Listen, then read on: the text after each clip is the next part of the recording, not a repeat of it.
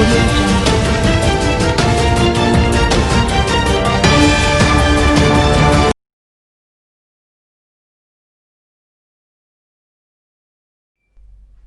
Headlines 24 special में आपका स्वागत है। मैं हूं शाहाना खान। किसान बिल में आखिर ऐसा क्या है जिसकी वजह से मची है इतनी अफरा तफरी? इस किसान बिल का आखिर क्यों हो रहा है इतना विरोध? अकाली दल ने आखिर क्यों छोड़ा एनडीए का साथ? ऐसे सवाल जिनका जनता को चाहिए जवाब। देखिए हमारे साथ। नंगे पैर बरसात या धूप में जब कीचड़ में वो जाता है, महकता हुआ बासमती तब हमारे घर आता है। जी हाँ, हम बात कर रहे हैं किसानों की। आखिर सड़क से संसद तक हंगामा क्यों बरपा है? क्या है ये कृषि बिल? सरकार के इस बिल पर क्या दावे हैं और विपक्ष और किसान की इस पर इतनी आपत्ति क्यों है? कृषि बिल पर राज्यसभा में हंगामा हुआ। विपक्ष की मांगों को दरकिनार करके राज्यसभा में ध्वनि मत से ये बिल पास करा लिया गया। कायदे से अगर एक भी सांसद संसद में मत विभाजन की मांग करे तो उसकी बात को संसद को मानना चाहिए, पर ऐसा कुछ नहीं हुआ। आप सबने देखा होगा कि बिल की कॉपीज को हवा में उड़ाकर नारेबाजी हुई, पर राज्यसभा में इस बिल को बिना किसी मंजूरी मिले, बिना विपक्ष का वोट मिले, केवल ध्वनि मत से ही पास करा दिया गया। आइए जानते हैं कि ये तीनों बिल आखिर हैं क्या। पहला बिल है कृषि उपज व्यापार व वाणिज्य बिल 2020।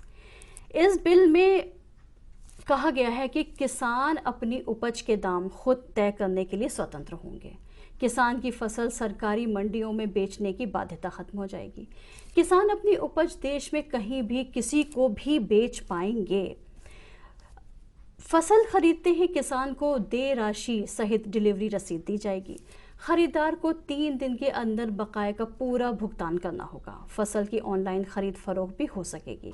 अन्य वैकल्पिक व्यापार चैनल्स के माध्यम से भी फसल बेच पाएंगे। व्यापारिक विवाद को 30 दिन के अंदर ही निपटारा कर दिया जाएगा। दूसरा बिल है कृषक कीमत आश्वासन और कृषि सेवा पर करार बिल। इस बिल में है फसल बोने से पहले ही किसान तय कीमत पर बेचने के लिए अनुबंध हो जाएगा। कृषि करारों पर राष्ट्रीय फ्रेमवर्क तैयार किए जाने का प्रावधान दिया गया है। कृषि फार्म्स, प्रोसेसर्स, एग्रीगेटर्स, थोक विक्रेताओं व निर्यातकों से किसानों को जोड़ा जाएगा। कृषि क्षेत्र में निजी क्षेत्र की भागीदारी से रिसर्च एंड डेवलपमेंट को बढ़ावा मिलेगा। अनुबंधित किसानों को गुणवत्तापूर्ण बीज की आपूर्ति सुनिश्चित करेगा। फसल स्वास्थ्य की निगरानी, ऋण की सुविधा व फसल बीमा की सुविधा दिलाएगा। अनुबंधित किसान को नियमित और समय पर भुगतान होने का संरक्षण भी करेगा ये बिल। सही लॉजिस्टिक सिस्टम पर फसल तैयार करने में मदद भी मिलेगी। तीसरा बिल है आवश्यक वस्तु अधिनियम बिल 2020। इस बिल में है अनाज, दलहन, तिलहन, खाद्य तेल, प्याज और आलू जैसी आवश्यक वस्तुओं को इस सूची से बाहर रखा गया है। कृषि का एग्रो प्रोसेसिंग के क्षेत्र में निजी निवेशक को व्यापारिक परिचालन में नियामक हस्तक्षेप से छुटकारा मिलेगा।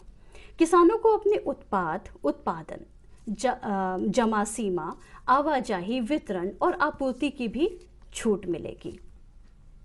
किसान क्षेत्रीय मंडियों के बजाय, किसान जो हमारे हैं वो क्षेत्रीय मंडियों के बजाय दूसरे प्रदेशों में ले जाकर अपनी फसल को बेच पाएंगे, तो इससे उनका मुनाफा बढ़ेगा। निजी कंपनियों को सीधे किसान से खरीद की छूट भी दी जाएगी। कृषि उत्पादों की जमा सीमा पर कोई रोक नहीं होगी। कृषि क्षेत्र में निजी क्षेत्र की विदेशी प्रत्यक्ष निवेश की राह खुलने से आधुनिक खेती का दौर भी आ जाएगा। अब हम ये देखते हैं कि इस पर सरकार के दावे क्या हैं। सरकार इस पर कहती है कि न्यूनतम समर्थन मूल्य व मंडी व्यवस्था चालू रहेगी। ढुलाई और मंडी शुल्क जैसी लेन देन की लागत से किसान को राहत मिलेगी। अपनी जो उनकी उपज है किसानों की, उससे मनचाहे दाम तलाश कर बेचने की स्वतंत्रता उनको मिलेगी। किसान और खरीदार के सीधे जुड़ने से बिचौलियों पर अंकुश लगेगा। डिजिटल व्यापार से कृषि क्षेत्र में सीधे प्रवेश का लाभ मिलेगा। किसान को लाभकारी मूल्य मिलने से उनकी आय में सुधार होगा। पारदर्शी तरीके से किसानों को संरक्षण देगा ये बिल। किसानों के सशक्तिकरण में भी मदद करेगा ये बिल। किसान का फसल को लेकर जोखिम कम हो जाएगा। खरीदार ढूंढने के लिए किसान को कहीं बाहर भी नहीं जाना पड़ेगा। नए प्रावधानों में जो इनके नए प्रावधान हैं वो ये कहते हैं कि नए प्रावधान में कंपटीशन स्पर्धा बढ़ेगी, इससे फसलों को खरीद का दायरा बढ़ेगा, प्रतिस्पर्धा बढ़ने से किसान को सही दाम मिलेंगे, किसानों को निजी निवेश व टेक्नोलॉजी में भी मदद मिल पाएगी। अब हम ये देखते हैं कि आखिर जब इतना सब कुछ है इसमें, तो फिर विपक्ष को और किसान को इस पे आपत्ति क्या है। विपक्ष को आपत्ति ये है कि मंडी व्यवस्था खत्म होकर बाहरी कंपनीज की मनमानी बढ़ेगी, कृषि उद्योग का कॉन्ट्रैक्ट फार्मिंग के नाम पर प्राइवेटाइजेशन हो जाएगा, किसानों के खेतों पर प्राइवेट कंपनीज का अधिकार हो जाएगा, छोटे किसानों के लिए खेती करना पूरी तरह से नुकसानदेह हो जाएगा।